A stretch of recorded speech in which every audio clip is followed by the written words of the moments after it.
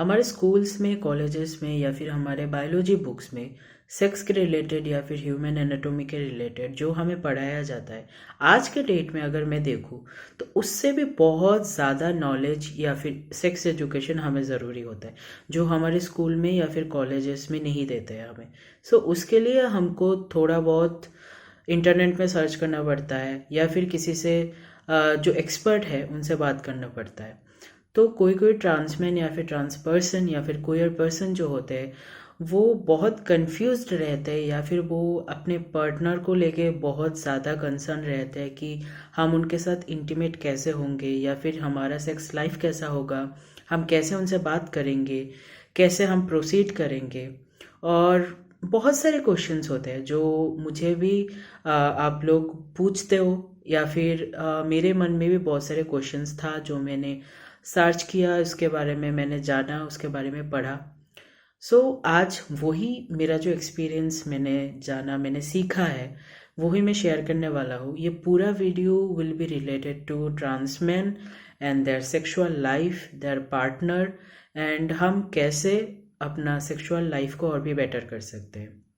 हाय everyone, मैं हूँ Siddharth. Welcome back to exploit. एक बहुत ही कॉमन क्वेश्चन है जो हमें पूछा जाता है कि क्या हम अपने पार्टनर के साथ नॉर्मली सेक्स कर सकते हैं। मैं मान के चलता हूँ आप यहाँ पे नॉर्मली बोलने से आप पेनिट्रेशन का बात कर रहे हो। अगर किसी को नहीं पता कि पेनिट्रेशन क्या होता है, वो यहाँ पे मैं एक पिक्चर दिखा रहा हूँ। आई होप कि आपको समझ में आया होगा कि इसको पेनिट्रेशन बोला जाता है। इस वीडियो को मैं दो पार्ट में डिवाइड करने वाला हूँ। फर्स्ट पार्ट में होगा if you are a taker, मतलब आपके अंदर आप पेनिट्रेशन को फील करना चाहते हो जो आपको पसंद है।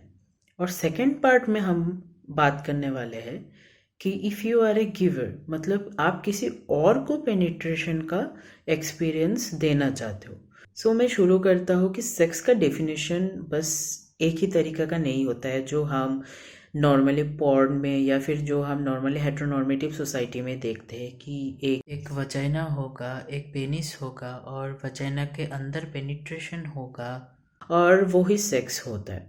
और जो पॉर्न में दिखाया जाता है, जो मोर्निंग वगैरह होता है, वो तो ऐसे ही फेक होता है। तो आप अगर इन्फ्लुएंस्ड हो पॉर्न से तो please this is the right time. आप थोड़ा सा रियलिटी के बारे में सोचो, थोड़ा सा ये भी सोचो कि एक रियल ज़िंदगी है, पॉर्न इज़ नॉट रियल। अगर आप सोच रहे हो कि आपको पेनिट्रेशन करना है या फिर आप पेनिट्रेशन पसंद करते हो, आपको पहले आपके पार्टनर को पूछना चाहिए कि उनको पेनिट्रेशन पसंद है या नहीं है। क्योंकि मैंने जब इस वाला क्वेश्चन का आंसर मैंने ढूंढने का कोशिश किया, तब मुझे पता चला कि बहुत सारे ऐसे ट्रांस पर्सन हैं, बहुत सारे ऐसे वुमेन हैं, बहुत सारे ऐसे female assigned at birth person हैं जिनको पेनिट्रेशन बिल्कुल भी पसंद नहीं है, जिनको प्रेगनेंसी भी बिल्कुल भी पसंद नहीं है। बहुत सारे ऐसे लड़कियां हैं जिनको प्रेग्नेंट होना ही नहीं है। जी, बहुत सारे ऐसे लड़कियां हैं जिनको पेनिट्रेशन पसंद नहीं है। उनको किसी और तरीके से ऑर्गेज़म मिलता है, किसी और तरीके से प्लेजर मिलता है। तो यहाँ पे एक बहुत बड़ी की पॉइंट होता है, सेक्स करने से पहले या फिर सेक्स के बारे में जब आप सोच रहे हो आपके पार्टनर के साथ, आप एक कम्युनिकेशन बिल्डअप करो। आप आपके पार्टनर को पूछो कि उनको क्या क्या चीज़ें पसंद है, उनको किस किस तरीके से अगर आप टच करते हो या फिर उनके पास जाते हो, किस किस तरीके से उनको पसंद है सेक्स करना। ना कि आप खुद बस सोच रहे हो मुझे पेनिट्रेशन करना है, मुझे ऐसा करना है, मुझे क्लैप क्लैप क्लैप, और आपके पार्टनर को ये सब पसंद ही नहीं है। फिर बाद में आप कंप्लेन मत करना कि मेरा ब्रेकअप हो गया। तो इसलिए इससे पहले जब सब कुछ आप सोच रहे हो, आप एक रिलेशनशिप बिल्डअप कर रहे हो, तो आप आपके पार्टनर के साथ कम्युनिकेट करो। आप उनसे पूछो कि आप क्या सोचते हो सेक्स के बारे में, आपके लिए सेक्स का डेफिनेशन क्या होता है। फिर धीरे धीरे कंसेंट, दोनों का कंसेंट बहुत मस्ट होता है। कंसेंट मतलब अप्रूवल कि मेरा पार्टनर भी अभी चाहता है सेक्स करना और मैं भी चाहती हूँ सेक्स करना। वो एक कंसेंट होता है दोनों या फिर दो पर्सन, कोई भी पर्सन सेक्स करने से पहले एक दूसरे का कंसेंट लो, फिर कम्युनिकेट करो, फिर धीरे धीरे आप एक मूड सेट करो, फिर धीरे धीरे आगे बढ़ सकते हो। ना कि पहले ही मैंने सोच लिया कि हाँ मुझे बस बैंग बैंग और बाकी मेरा पार्टनर को अच्छा लगा या बुरा लगा, उस उनको कैसे कौन सा टच उनको पसंद है, कौन सा उनको बैड टच लगा, कौन सा उनको गुड टच लगा, कौन सी चीज़ उनको पसंद है, कौन सी चीज़ उनको नहीं पसंद है, उसका मुझे कोई फ़र्क नहीं पड़ता। मेरा जो है मैंने कर लिया और मुझे लगा उन्होंने बहुत ज़ोर ज़ोर से मौन किया, बहुत चिल्लाया और मुझे लगा कि उनको बहुत मज़ा आया। वो आपका इल्यूशन है। तो आपको राइट थिंग इज़, आपको जिस तरीके से आगे बढ़ना चाहिए वो होता है कि आप पहले कम्युनिकेट करो। आप पहले पूछो आपके पार्टनर को उनको कैसी चीज़ें पसंद है, उनको किस तरह का मूड लाइटिंग पसंद है, या फिर किस तरह का प्लेस पसंद है, किस तरह का खाना पसंद है, किस तरह का बेड पसंद है, या फिर बेड को छोड़ के किसी और जगह पे सेक्स करना पसंद है, कौन सा पोजीशन पसंद है, क्या उनको पेनिट्रेशन पसंद है या नहीं है। सब कुछ पूछो, सब कुछ जानने का कोशिश करो। फिर अगर लगता है कि आपको कि आपका जो इंटरेस्ट है और आपका पार्टनर का जो इंटरेस्ट है वो मैच होता है, या फिर आपको आगे बढ़ना चाहिए, वो फुलफिल होगा आपका भी और आपके पार्टनर का भी विशेस, तो आप ऑफ कोर्स आप दोनों एक इंटीमेट रिलेशनशिप के लिए आगे बढ़ सकते हो। दूसरा बात यह है कि अगर आप एक ट्रांस पर्सन के साथ या फिर आप ऐसी कोई पर्सन के साथ जो जेंडर नॉन कन्फर्मिंग है, ऐसी कोई पर्सन के साथ अगर आप रिलेशनशिप में हो, तो उनके बहुत सारे डिस्फोरिया होते हैं, बहुत सारे चीज़ें होते हैं जो उनको अनकंफर्टेबल फील कराते हैं। और बहुत सारे सिस पर्सन का भी ऐसा होता है, बहुत सारे जगह पे उनको अनकंफर्टेबल लगता है। तो वहाँ पे भी कम्युनिकेशन बहुत ज़्यादा होना चाहिए। बहुत सारे ट्रांस पर्सन को पेनिट्रेशन खुद के अंदर पसंद होता है, जो टेकर होते हैं। तो अगर आप एक ट्रांस पर्सन के साथ रिलेशनशिप में हो जो खुद को एक टेकर या फिर खुद के अंदर पेनिट्रेशन पसंद करते, तो आपको आपके पार्टनर के साथ एक कम्युनिकेशन बिल्डअप करना चाहिए और आपको उनको पूछना चाहिए कि आप कैसे हेल्प कर सकते हो। उसके जो सेक्सुअल नीड्स है या फिर सेक्सुअल डिज़ायर है, उनके जो प्लेजर है वो कैसे उनको मिल सकता है, उनका जो ऑर्गेज़म है वो कैसे मिल सकता है। क्योंकि बिना प्लेजर का, बिना ऑर्गेज़म का और बिना कम्युनिकेशन और कंसेंट का सेक्स नहीं होता है। ट्रांस पर्सन को या फिर ट्रांस मैन को, नॉन बाइनरी पर्सन को वो अपना खुद का बेबी भी वो लोग डिलीवर करना चाहते हैं या फिर वो प्रेग्नेंट भी होना चाहते हैं।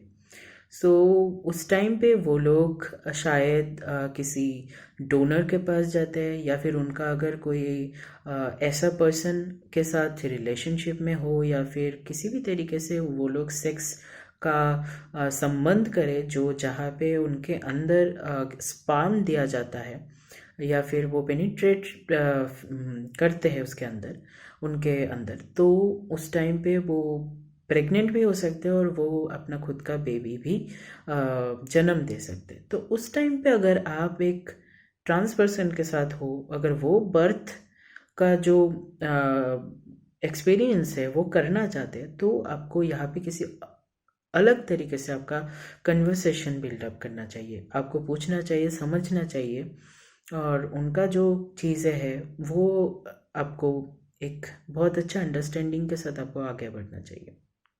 अभी बात करते हैं कि अगर आपको और आपके पार्टनर को दोनों को ही पेनिट्रेशन पसंद है तो आप क्या कर सकते हो। नॉर्मली जब हम एक ऐसे ट्रांस पर्सन या फिर ट्रांस मैन अगर हम बॉटम सर्जरी में जाते हैं, तो बॉटम सर्जरी नॉर्मली दो टाइप के होते हैं। एक होता है फेलोप्लास्टी, दूसरा होता है मेटाटियोप्लास्टी। फेलोप्लास्टी में क्या होता है, जो हमारा हाथ से या फिर हमारे थाई से वहाँ से स्किन और मांस लिया जाता है और हमारा फेलस क्रिएट किया जाता है। और मेटाटियोप्लास्टी में क्या होता है, हमारा जो क्लिटरिस है, जो व्हेन वी स्टार्ट ट्रांजिशन, हमारे हार्मोन्स के वजह से क्लिटरिस ऑलरेडी 3 इंच तक ग्रो होते हैं। तब मेटाटियोप्लास्टी में वही क्लिटरिस को डॉक्टर सर्जरी के द्वारा और भी उसको थोड़ा सा बड़ा किया जाता है। तो अगर आप फेलोप्लास्टी के बाद, मतलब फेलस क्रिएशन के बाद अगर आप सेक्स करना चाहते हो, तो देखो, मुझे आफ्टर बॉटम सर्जरी एक्चुअली कैसा फील होता है वो मुझे नहीं पता, बिकॉज मैंने बॉटम सर्जरी में क्या अभी तक क्या नहीं हूँ, और मुझे उसका रियल लाइफ एक्सपीरियंस तो नहीं है। लेकिन जितना मैंने बात किया है, जितना मैंने पढ़ा है, तो उसके मुताबिक मैं आप लोगों को बोल सकता हूँ कि जो फेलस क्रिएट किया जाता है उसमें पहली बात तो यह है कि पहले पहले सेंसेशन बिल्कुल भी नहीं होता है। सेंसेशन क्यों नहीं होता है? वो दूसरे बॉडी के दूसरे पार्ट से उसको कट करके वहाँ पे क्रिएट किया जाता है, और वहाँ पे बहुत सारे नर्व्स जो होते हैं, वो नर्व्स का जो एंडिंग्स होता है वो क्योंकि सर्जरी की वजह से वहाँ पे कट करना पड़ता है नर्व्स एंडिंग्स को, तो इसके वजह से जो नर्व्स है वो फिर से रिकॉन्स्ट्रक्ट होने में बहुत टाइम लग जाता है, और किसी किसी का बहुत सालों लग जाता है, किसी किसी का जल्दी भी होता है, वो डिपेंड करता है।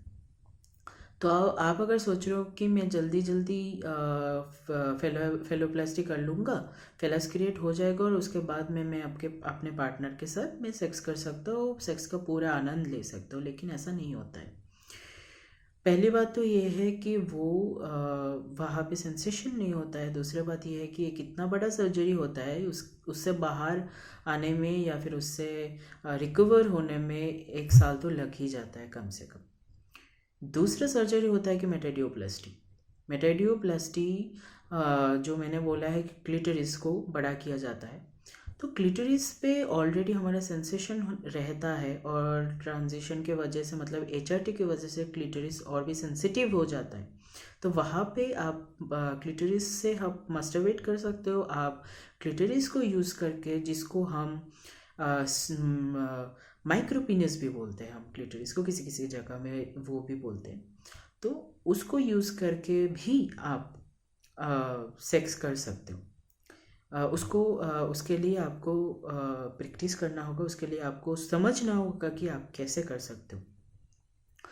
सो वहाँ पे आपका सेंसेशन रह जाता है। मेटाइडियोप्लास्टी के बाद आपका क्लिटरिस में सेंसेशन रह ही जाता है। तो नेक्स्ट आता है कि अगर आप बॉटम सर्जरी बिना करे आप किसी के अंदर पेनिट्रेट करना चाहते हो, या फिर आप किसी को ऐसा फील करना चाहते हो कि you are pushing something inside their vagina, तो या फिर एनल, तो आप एक चीज़ यूज़ कर सकते हो, वो होता है कि पैकर्स। पैकर्स अभी इंडिया में उस तरह से अवेलेबल नहीं मिलता है, वो हमें इंटरनेशनल वेबसाइट से ऑर्डर करना पड़ता है। वो कस्टम में भी कभी कभी प्रॉब्लम हो जाता है, कस्टम से क्लियर करना पड़ता है, क्योंकि इंडिया में जो सेक्स टॉयज़ है वो उसके अंदर आ जाता है पैकर्स। तो पैकर्स यूज़ करके आप सेक्स कर सकते हो, डेफिनेटली आप कर सकते हो उसको, और आप उसको एज ए पेनिस हर जगह में यूज़ कर सकते हो। तो मतलब वही हो गया कि आप अगर पैकर्स भी यूज़ करोगे तो ऐसा तो मतलब जिस तरह से सिसजेंडर मेल को जिस तरह से होता है फील, वैसा तो आपको नहीं होगा। लेकिन हाँ, आप अगर पैकर्स यूज़ करते हो तो आपके पार्टनर को अगर पेनिट्रेशन पसंद है, अगर आप करना चाहते हो उस तरह से सेक्स, तो आप ज़रूर कर सकते हो। और दूसरा क्वेश्चन बहुत मिलता है कि क्या मैं एज ए ट्रांस मैन मैं अपने वाइफ को प्रेग्नेंट कर सकता हूँ या नहीं? तो मैं एक बात बता देता हूँ कि प्रेग्नेंट करने के लिए स्पर्म देना पड़ता है, और आपके अंदर स्पर्म नहीं है, क्योंकि आपके अंदर बचपन से या फिर जन्म से जो टेस्टिकल्स होते हैं जो सिसजेंडर मेल के अंदर होता है वो नहीं होता है। सो उसके वजह से देयर इज़ नो चांस कि आप आपके वाइफ को प्रेग्नेंट कर सको। अभी तक तो कोई मतलब ऐसा कुछ साइंस नहीं है। लेकिन हाँ, आपके अगर आप खुद प्रेग्नेंट होना चाहते हो, या फिर आप अपने वाइफ को प्रेग्नेंट करना चाहते हो, आपके पार्टनर को प्रेग्नेंट करना चाहते हो, तो डेफिनेटली आप लोग डोनर से स्पर्म ले सकते हो, और वो आप पुश कर सकते हो अंदर। और बाकी तो सरोगेसी या फिर बाकी जो एडॉप्शन, वो भी बहुत अच्छे ऑप्शंस तो है ही। तो हाँ, यही था एक्चुअली, मुझे बोलना था कि सेक्स रिलेटेड और जितने सारे आप लोगों का क्वेश्चंस है, आई होप मैंने क्लियर कर दिया। बाकी अगर और भी डिटेल में आपको और कुछ जानना है तो डेफिनेटली आप मुझे मेरा इंस्टाग्राम या फिर फेसबुक में कांटेक्ट कर सकते हो। मैं ट्राई करूँगा बाकी आपके सारे जितने सारे क्वेरीज है वो आंसर कर देने। Thank you very much for watching.